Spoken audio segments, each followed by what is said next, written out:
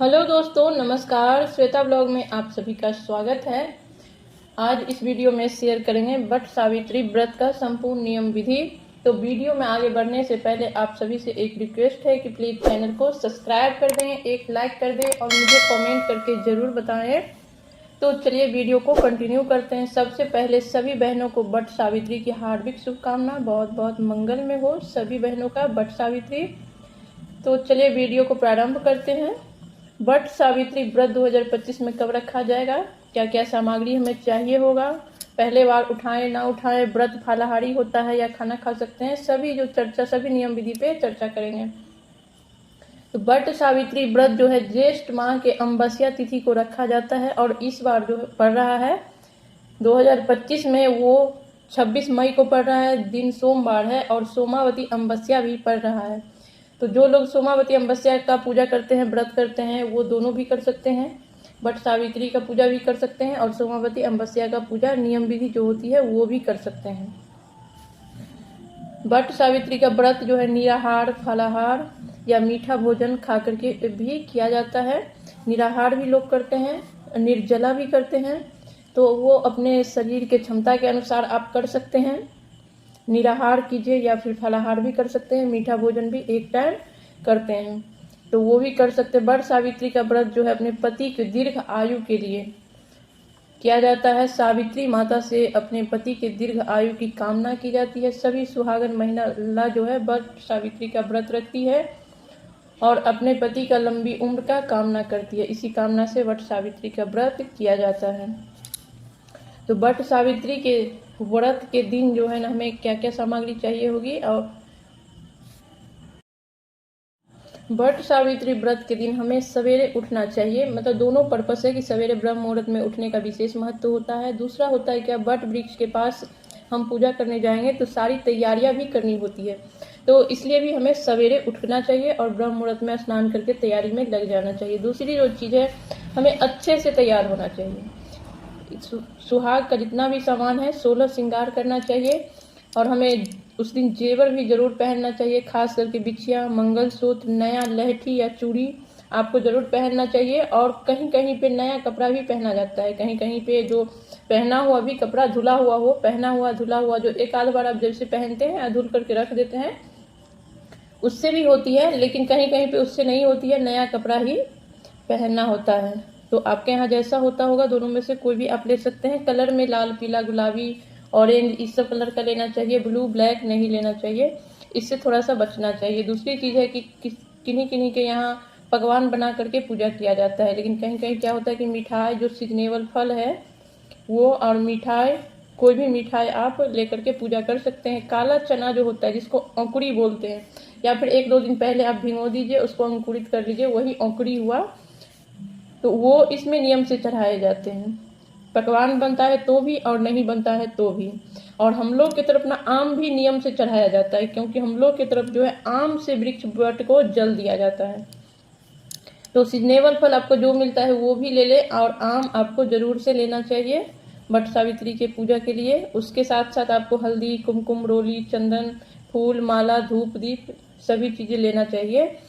सावित्री माता के लिए नया साड़ी या एक ब्लाउज का पीस जो भी आपसे उपलब्ध हो जाए वो आप जरूर रखें।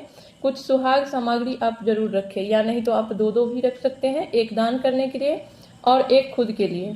एक नया पैकेट सिंदूर का लेकर के जाएं और उसी नया पैकेट से माता को सिंदूर चढ़ाया जाता है। पूजा के दौरान जो आप सिंदूर का यूज कीजिएगा वो नया पैकेट से किया जाता है और फिर उस सिंदूर को अपने सिंदूरा में भर लिया जाता है। तो आप नया पैकेट सिंदूर का जो है ना जरूर ले करके जाइए और चढ़ाइए। और अपने पति के लिए भी कुछ कपड़ा आपको चढ़ाना चाहिए। सत्यवान जी को ना ज़्यादा कुछ हो सके तो एक रुमाल या एक गंजी कुछ भी चढ़ाइए। उसमें भी वही ध्यान रखना होता है कि ब्लू ब्लैक ना हो। अगर सफ़ेद है तो थोड़ा सा एप्पल लगा करके या पीला चंदन लगा के उसको पीला कर दीजिए। सफ़ेद नहीं चढ़ाया जाता है। और इसमें अहिपन बहुत अनिवार्य होता है। अहिपन चावल को धो करके और हल्दी मिक्स करके पीसा जाता है, तो अहिपन आपको जरूर लेकर के जाना चाहिए। बांस का दौरा और बांस का पंखा ये भी अनिवार्य होता है। बांस के डाला में सारा सामग्री रख करके वट वृक्ष के पास जाया जाता है। और एक या किसी किसी के घर पे 2 होता है पंखा, लेकर के जाइए, जो एक बट वृक्ष को झेलना होता है और एक पंखा दान करना होता है। तो वहां जा करके सबसे पहले जो है बट वृक्ष को थोड़ा सा साफ सफाई कर दीजिए और जल दीजिए। आम, एक हाथ में आम रखेंगे और दूसरे हाथ से आम पे जल गिराएंगे और वो जल गिर करके बट वृक्ष के जड़ों में जाती है। इस प्रकार से दिया जाता है, खास करके मिथिलांचल में तो ऐसे ही दिया जाता है। या नहीं तो आप लोटा, जो जल का लोटा है, उसमें एक आम रख दीजिए और फिर वो जल आप चढ़ा दीजिए बट वृक्ष में। फिर वहां पे जो है बट वृक्ष के नीचे मूर्ति या गणपति को स्थापना करने की जरूरत नहीं होती है। आप ओम गण गणपति नमः करके जल, फूल, धूप, दीप, नैवेद्य, अक्षत, चंदन गणपति के नाम से चढ़ा दीजिए। फिर वहीं पे बगल में माता गौरा माता के नाम से आप चढ़ा दीजिए, उनको भी ओम गौरी माताए नमः करके थोड़ा सा फूल, जल, अक्षत, सिंदूर, हल्दी गौरी माता को चढ़ा दीजिए। फिर बट वृक्ष का पूजा किया जाता है। सबसे पहले जल सींचा जाता है, उसके बाद 7 या 5 जगह जो अहिपन आप ले जाते हैं उसका थापा लगाया जाता है और सभी थापा पे सिंदूर टिका जाता है। फिर एक जो है सावित्री माँ का चित्र बनाया जाता है बट के वृक्ष में और उसमें सावित्री माँ को सिंदूर लगाया जाता है। जैसा भी आपसे चित्र बन जाए आप बना लीजिए, लेकिन बनाया जरूर जाता है। फिर धूप, दीप, नैवेद्य से बट वृक्ष का पूजा किया जाता है। जो आप सुहाग का सामान, फल या अपने हस्बैंड के लिए जो कपड़ा लिए हैं वो सब वहां पे चढ़ाया जाता है। चढ़ाने के बाद फेरी लगाया जाता है। फेरी आप 11, 21, 51, 108 अपने सामर्थ्य के हिसाब से लगा सकते हैं। मोली धागा लपेटते हुए भी लगा सकते हैं, नहीं तो आप 5-7 बार मोली धागा लपेट के लगा लीजिए, फिर हाथ जोड़ करके भी लगा सकते हैं। जितनी बार आप फेरी लगाएंगे वहां जो नया पैकेट सिंदूर का है उसको खोल करके रखेंगे और जितनी बार आप आएंगे वो माता को उस पैकेट से सिंदूर लगाएंगे और जो उंगली में लगा हुआ रहेगा वो आप अपने मांग में लगाएंगे। इस तरीके से फेरी लगाया जाता है। फिर बहुत ही प्रेम पूर्वक आरती किया जाता है और जो भी सामान आप चढ़ाए हैं सभी को मिनस करके आचमनी करवा करके उठा लिया जाता है। कुछ चीजों जो है जो आप दान कर सकते हैं, कुछ चीज आप घर भी ला सकते हैं और घर पे आके पति का पूजा किया जाता है। पति का पैर जो का अंगूठा जो होता है उसको एक प्लेट में धोया जाता है। फिर पति को चंदन किया जाता है, चंदन करके फूल अक्षत से उनका पूजा कीजिए।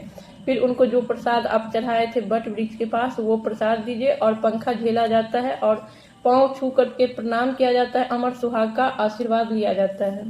फिर वो जो अंगूठा धोया हुआ जो पानी रहता है प्लेट में वही पी करके जो है फलाहार, वो पीने के बाद ही फलाहार या फिर जो भी आप मीठा भोजन करेंगे वो करेंगे। उससे पहले अन्न, जल या चाय या कुछ भी नहीं लिया जाता है। पूजा के बाद, पति के पूजा के बाद जो अंगूठा धो करके जो पानी बचता है वो पानी पीने के बाद ही फलाहार या अन्न, जल जो भी आप ग्रहण करेंगे वो उसके बाद ही करेंगे। तो पति का पूजा करने के बाद इस तरीके से हो जाता है। कहीं कहीं पे जो होता है कि सूर्य अस्त होने से पहले ही फलाहार या मीठा भोजन किया जाता है, उसके बाद अगले दिन पारण किया जाता है। कोई कोई लोग जो होते हैं कहीं कहीं पे जो करते हैं वो दिन में फलाहार और रात में मीठा भोजन करते हैं। हम लोग ये 2 तरह के देख रहे हैं व्रत। कहीं कहीं पे सुनते हैं कि वो खाना भी खा सकते हैं, खाना खा करके करते हैं, तो ऐसा हम लोग के यहाँ नहीं होता है। आप लोग के यहाँ अगर ऐसा होता है तो आप ऐसा कर लीजिए, लेकिन हम लोग के यहाँ जो व्रत होता है वो या तो फलाहार या मीठा भोजन वाला होता है, नमक वाला व्रत नहीं होता है। और व्रत पहली बार उठा सकते हैं क्योंकि बहुत अच्छा दिन पड़ रहा है। बहुत ही कोई भी इसमें दुविधा या कोई भी खरमास वगैरह का कोई भी इसमें इस बार नहीं है, इसीलिए बहुत अच्छा समय पड़ रहा है, व्रत उठा सकते हैं। तो आप उठा लीजिए पहला बार कर रहे हैं तो चलिए आप जान लेते हैं कि पूजा का शुभ मुहूर्त कब है।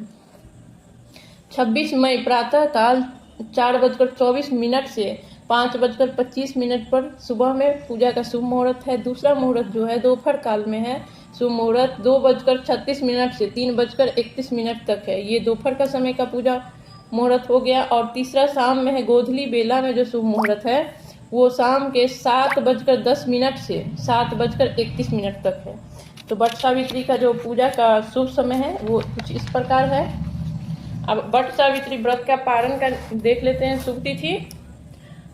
तो पारण का जो शुभ मुहूर्त है 27 मई दिन मंगलवार को सुबह 5:45 से 7:55 तक है। तो इस 5:45 से 7:55 के बीच आपको पारण कर लेना है और उसी बीच में आपको जो भी दान दक्षिणा देना है वो भी दे सकते हैं। तो कुछ इस प्रकार से था वट सावित्री व्रत का शुभ मुहूर्त और पारण। तो इसी प्रकार से वट सावित्री का व्रत किया जाता है। तो आज का वीडियो यहीं पे समाप्त करते हैं, फिर मिलेंगे किसी नए वीडियो के साथ। तब तक के लिए नमस्कार और वीडियो देखने के लिए बहुत बहुत धन्यवाद। और कोई भी आपका कमेंट हो, कोई भी सवाल हो तो आप कमेंट करके ज़रूर बताएं, मैं ज़रूर ही रिप्लाई करूँगी।